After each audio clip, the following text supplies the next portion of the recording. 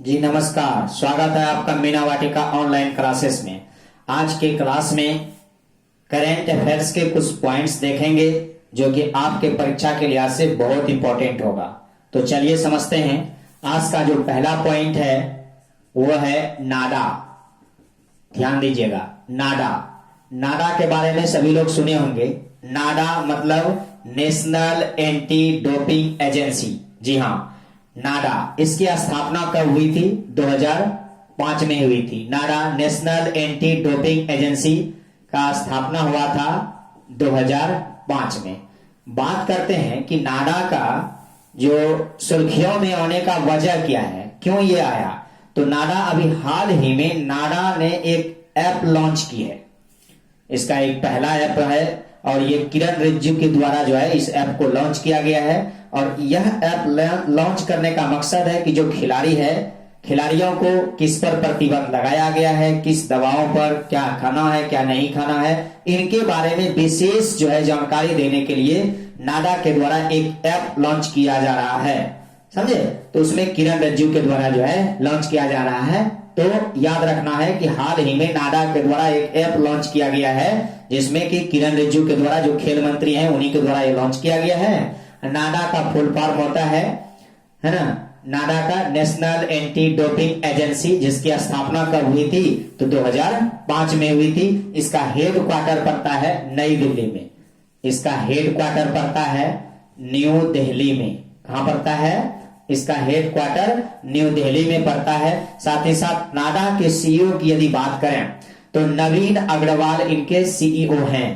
नाडा के सीईओ हैं नवीन अग्रवाल, है ना, नवीन अग्रवाल, है ना, नाडा के सीईओ हैं नवीन अग्रवाल। ध्यान दीजिएगा, नाडा मतलब समझ गए, नेशनल एंटी डोपिंग एजेंसी। और इसी में एक वाडा होता है जो वर्ल्ड लेवल पर होता है ना। इसीलिए याद रखिएगा, इनके द्वारा अभी हाल ही में क्या किया गया, एक ऐप लॉन्च किया गया है जो कि खिलाड़ियों को जानकारी देगा कि किस दवाओं पर प्रतिबंध लगाया है, क्या खाना है क्या नहीं खाना है। क्लियर है? अब हम बात करते हैं पॉइंट नंबर 2 का। पॉइंट नंबर 2 में आप इतना समझिएगा कि हमारा घर हमारा विद्यालय योजना का संबंध किससे है। ध्यान दीजिएगा, ये हमारा घर हमारा विद्यालय योजना, है ना, हमारा घर हमारा विद्यालय योजना, ये लॉन्च किया गया है एमपी सरकार के द्वारा। और इस योजना का मकसद है कि कोविड-19 के समय में, यानी लॉकडाउन जब है, लॉकडाउन के समय में बच्चों की पढ़ाई बाधित नहीं हो, इसके लिए घर पर ही उसकी शिक्षा व्यवस्था कराई जाए। और किसके द्वारा? खुद उसके पेरेंट्स के द्वारा उनके घर पर ही शिक्षा व्यवस्था कराया जाए इस योजना के तहत। यानी ये लॉन्च किया है एमपी सरकार के द्वारा, मध्य प्रदेश सरकार के द्वारा। तो यहां पर क्वेश्चन बनेगा, हमारा घर हमारा विद्यालय योजना का संबंध किससे है? तो आप कहेंगे मध्य प्रदेश से है। किससे है? मध्य प्रदेश से है, वहीं पर लॉन्च किया गया है। वैसे तो मध्य प्रदेश में बहुत सारी योजनाएं लॉन्च की गई है, जैसे श्रम सिद्धि अभियान योजना। पढ़े होंगे, श्रम सिद्धि अभियान कहाँ है? तो मध्य प्रदेश द्वारा लॉन्च किया गया है। बुखार क्लिनिक की सुविधा मध्य प्रदेश के द्वारा किया गया है। साथ ही साथ रोजगार सेतु योजना किसके द्वारा? तो मध्य प्रदेश के द्वारा ही किया गया है। जीवन अमृत योजना का संबंध किस राज्य से है? तो मध्य प्रदेश से है। जीवन अमृत योजना क्लियर है रहा है। और जीवन पर्यंत जीवन शक्ति योजना, जीवन अमृत योजना और जीवन शक्ति योजना दोनों किसके द्वारा लॉन्च किया गया है? एमपी सरकार के द्वारा लॉन्च किया गया है। FIR आपके द्वार योजना, FIR आपके द्वार योजना भी किससे संबंधित है? एमपी सरकार से संबंधित है। नहीं, क्लियर है ना। एक मास्क अनेक जिंदगी अभियान, ये भी कहां से? एमपी से, है ना। एक मास्क अनेक जिंदगी अभियान भी एमपी जो है लॉन्च किया था। साथ ही साथ ये जन कल्याण संबल योजना का संबंध भी एमपी सरकार से है। जन कल्याण, है ना। चरण पादुका अभियान भी कौन लॉन्च किया है? तो मध्य प्रदेश सरकार लॉन्च किया है। तो याद रखिएगा, बहुत सारे यहाँ पर मध्य प्रदेश योजनाएं चलाई गई है, जैसे चरण पादुका अभियान है, श्रम सिद्धि अभियान है, बुखार क्लिनिक है ना, जन कल्याण योजना है, जीवन अमृत योजना है, जीवन शक्ति योजना है, FIR आपके द्वार है, हमारा घर हमारा विद्यालय योजना है, जो कि अभी हाल ही में लॉन्च किया गया है मध्य प्रदेश सरकार के द्वारा। क्लियर है? अब हम बात करते हैं पॉइंट नंबर 3 की। पॉइंट नंबर 3 में एक पुस्तक है और ये इंपॉर्टेंट पुस्तक है, ध्यान दीजिएगा, इनको जानने की जरूरत है ना। उस पुस्तक का नाम है Yogini poems love and life. Yogini poems love and life, याद रखिएगा, योगिनी पोएम्स, है ना, love and life, love and life, इसके पुस्तक के, ये पुस्तक है और इनके लेखक हैं योगिनी पोएम्स लव एंड लाइफ के लेखक हैं। ध्यान दीजिएगा, योगिनी पोएम्स लव एंड लाइफ ये पुस्तक है और हाल ही में इसे लॉन्च किया गया है। इसके लेखक हैं डॉक्टर अदिशा दास। कौन है? डॉक्टर अदिशा दास। कौन है? डॉक्टर अदिशा दास, जो है Yogini poems love and life पुस्तक के लेखक हैं। क्लियर है? एक पुस्तक अरुंधति राय के द्वारा जो लिखा गया है वो भी लॉन्च हो गया है, यानी उसका नाम क्या है? आजादी, फ्रीडम, फेसिज्म और फ्रिक्शन। नहीं, आजादी, फ्रीडम, फेसिज्म और फ्रिक्शन अरुंधति राय का पुस्तक है, यह भी लॉन्च किया गया है। अरुंधति राय, जिनके बारे में आप जानते होंगे, 1997 में अरुंधति राय को, ध्यान दीजिएगा, 1997 में, है ना, बुकर पुरस्कार से सम्मानित किया गया था। नहीं, किस लिए सम्मानित किया गया था? इनके द्वारा एक उपन्यास लिखा गया था, the God of small things, the God of small things, the God of small things एक पुस्तक लिखा गया था ये, तो इसी के लिए 1997 में से बुकर पुरस्कार से सम्मानित किया गया था। क्लियर है? तो अभी जो इसका पुस्तक लिखा गया है उसका नाम क्या है? आजादी, फ्रीडम, फेसिज्म और फिक्शन। ध्यान दीजिएगा, पुस्तक का नाम है आजादी, फ्रीडम, है ना, आजादी, फ्रीडम, फेसिज्म और फिक्शन। ये इस पुस्तक के लेखक कौन है? तो आप कहेंगे अरुंधति राय हैं। कौन है? अरुंधति राय है, अरुंधति राय हैं। क्लियर है? अरुंधति राय है। और ये योगिनी पोएम्स लव एंड लाइफ पुस्तक के लेखक हैं डॉक्टर अदिशा दास। ये दोनों पुस्तक को अभी हाल ही में क्या किया गया है? लॉन्च किया गया है। क्लियर है? अब हम चलते हैं पॉइंट नंबर 4 में।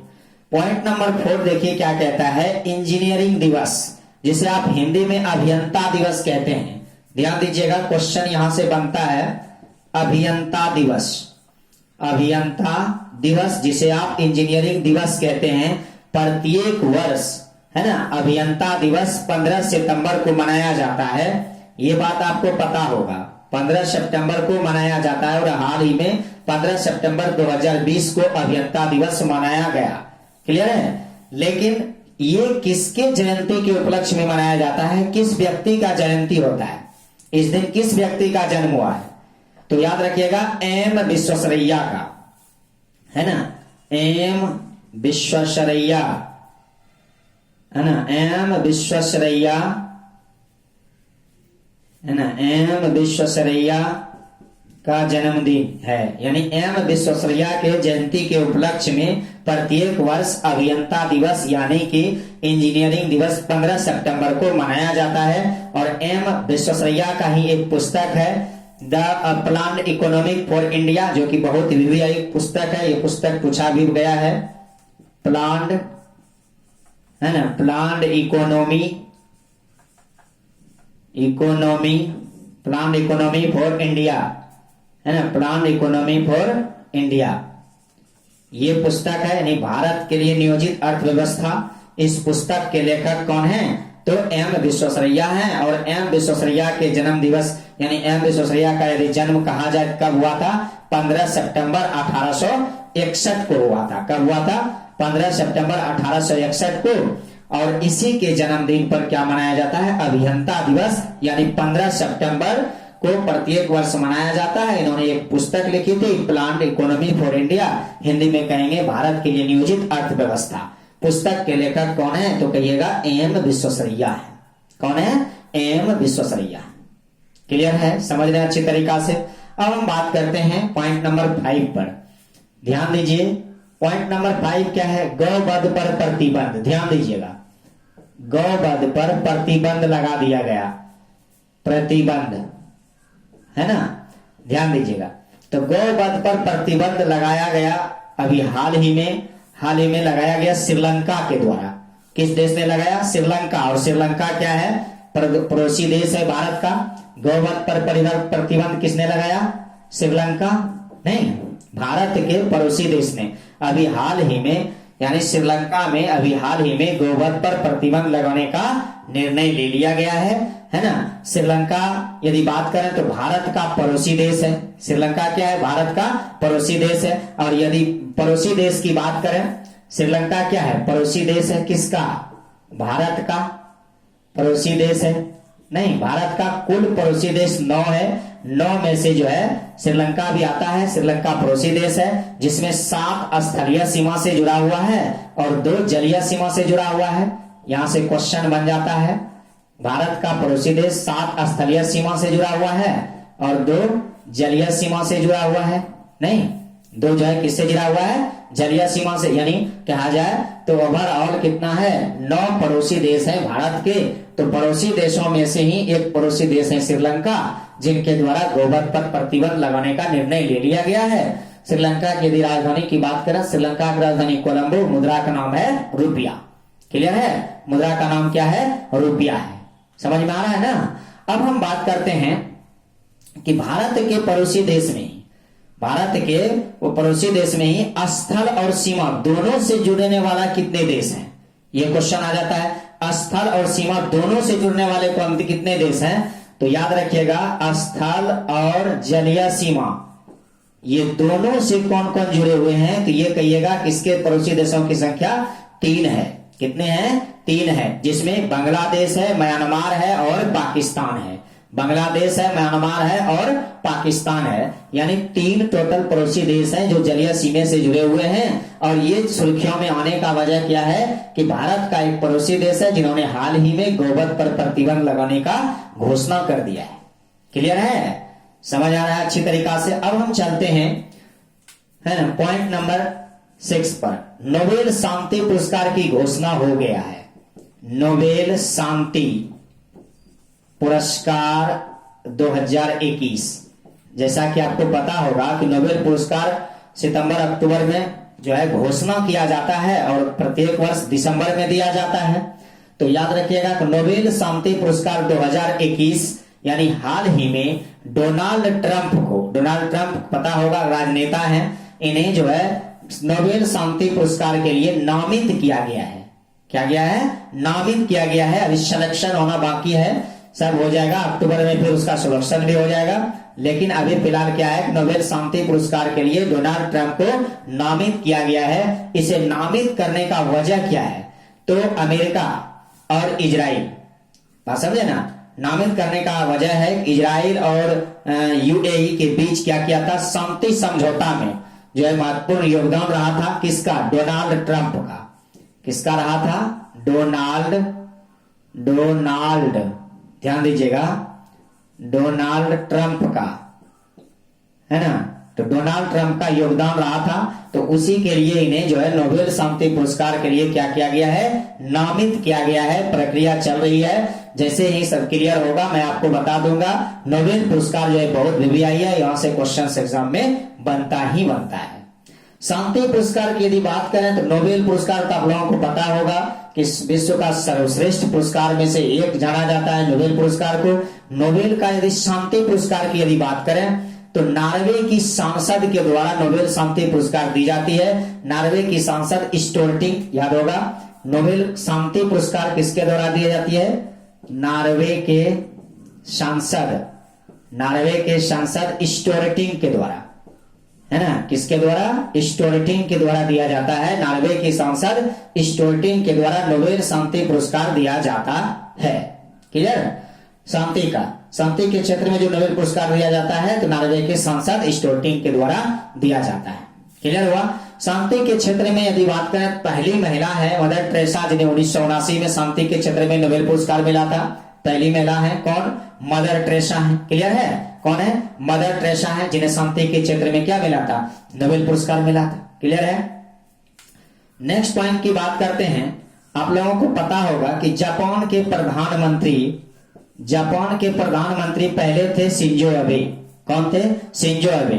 शिंजो अबे ने स्वास्थ्य कारणों की वजह से इस्तीफा दे दिया और जापान के नए पीएम बने हैं अभी योशिहिदे सुगा। याद रखिएगा, है ना, योशिहिदे सुगा, याद रखिएगा। यहाँ के जो पीएम हैं अभी नए पीएम बने हैं और उनका नाम है योशिहिदे सुगा। ये पीएम जो है जापान के पीएम बने हैं शिंजो अबे। स्वास्थ्य कारणों की वजह से उन्होंने क्या किया, अभी हाल ही में इस्तीफा दे दिया। जापान की यदि बात करें, जापान का राजधानी तो टोक्यो होता है, आप लोगों को पता होगा क्या होता है, टोक्यो होता है।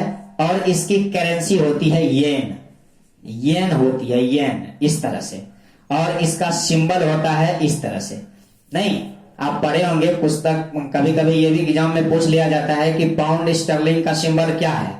तो ये है पाउंड स्टर्लिंग का सिंबल, इस तरह से होता है। एल को लिख दिया जाता है, यहाँ कटिंग किया जाता है। तो इस तरह से पूछा जाता है। डॉलर का सिंबल क्या है? तो ये है। इंडिया रुपया का सिंबल क्या है? इंडिया का, तो ये है। तो इस तरह से पूछ लिया भी जाता है। इसको ध्यान में रखिएगा कि जापान की करेंसी क्या है? येन है। ठीक है, जापान का राजधानी टोक्यो और करेंसी का नाम है येन। क्लियर हुआ? तो जापान के सुर्खियों में आने का वजह है कि यहाँ के पीएम थे शिंजो अबे, जिन्होंने हाल ही में क्या किया, इस्तीफा दे दिया स्वास्थ्य कारणों की वजह से। और यहाँ के नए पीएम बने योशिहिदे सुगा। क्लियर है? योशिहिदे सुगा, याद रखिएगा, जापान के नए प्रधानमंत्री बन गए। क्लियर हुआ? अब हम बात करते हैं नेक्स्ट पॉइंट का। ध्यान से देखिएगा। नेक्स्ट पॉइंट आपका है जापान का पीएम। क्लियर हो गया।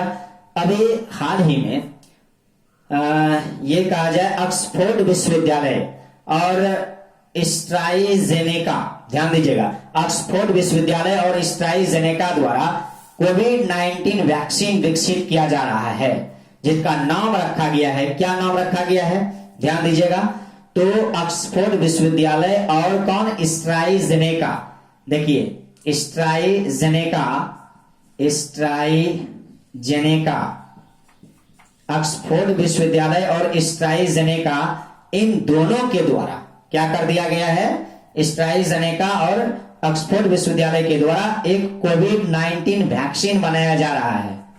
कोविड-19 वैक्सीन बनाया जा रहा है, जिसका नाम है कोविड-19 वैक्सीन का, है ना, कोविशील्ड, कोविशील्ड, SHIELD। देखिए, कोविशील्ड ये रखा गया है इसका नाम। तो याद रखिएगा कि जो ऑक्सफोर्ड विश्वविद्यालय है और स्ट्राइजेनेका दोनों मिलकर के कोविड-19 का वैक्सीन बना रही है, जिनका नाम रखा गया है कोविशील्ड। क्या रखा गया है? कोविशील्ड, है ना, कोविशील्ड नाम रखा गया है उस वैक्सीन का। जब सफल हो जाएगा तब उसे लॉन्च किया जाएगा। फिलहाल अभी कार्य जारी है, इसका परीक्षण स्टार्ट है, चलते जा रहा है। क्लियर है? अब हम बात करते हैं नेक्स्ट पॉइंट की।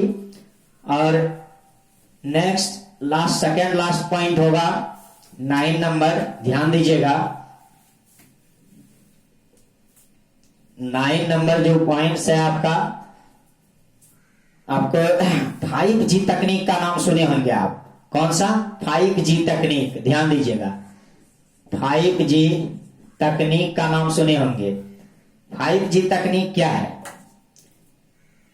5G तकनीक बहुत जल्द आ जाएगा मार्केट में। ध्यान दीजिएगा, 5G तकनीक, है ना। तो 5G तकनीक जो है इंडिया सरकार यानी भारत ने अमेरिका और इजराइल के साथ मिलकर 5G तकनीक को विकसित करने का निर्णय लिया है कि अमेरिका और इजराइल प्लस भारत तीनों मिलकर 5G तकनीक को क्या करेगा? विकसित करेगा। इसका निर्णय ले लिया गया है। 5G टेक्नोलॉजी पर रिसर्च तीनों देशों के साथ मिलकर 5 शहर, ये लगभग 3 शहरों में किया जाएगा। याद रखिएगा, 5G तकनीक में भारत ने किसके साथ? अमेरिका, भारत ने किसके साथ? अमेरिका और इजराइल, अमेरिका और इजराइल के साथ मिलकर, है ना, 5G तकनीक भारत, अमेरिका और इजराइल के साथ मिलकर विकसित करने का निर्णय लिया है।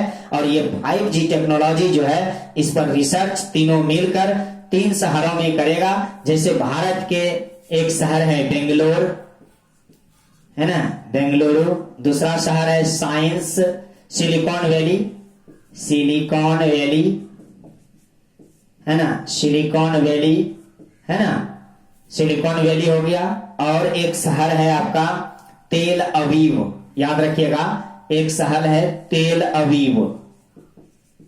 इसमें जो क्वेश्चन बनेगा, हो सकता है इस तरह बन जाए कि 5G तकनीक जो भारत, अमेरिका और इजराइल के साथ मिलकर जो है विकसित करने का निर्णय लिया है, इसका जो रिसर्च चल रहा है किन किन शहरों में चल रहा है, तो आप कहेंगे बेंगलोर, सिलिकॉन वैली और तेल अवीव में 5G टेक्नोलॉजी का क्या चल रहा है, रिसर्च चल रहा है।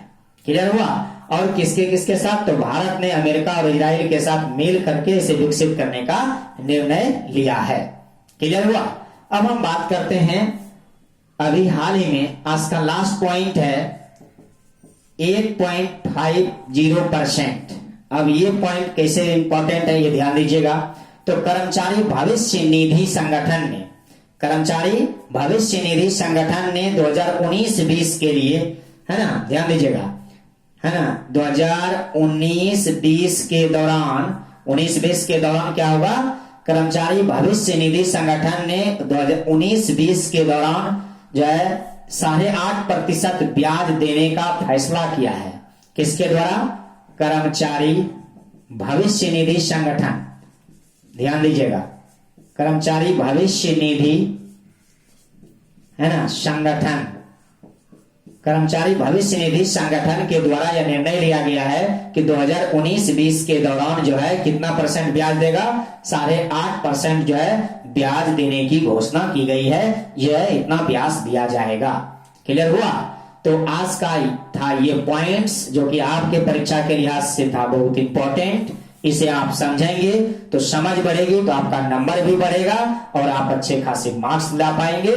तो चलिए आज का क्लास यहीं तक, मिलेंगे फिर नए क्लास में नए पॉइंट के साथ। तब तक के लिए बने रहिएगा मेरे साथ। जय हिंद, जय भारत।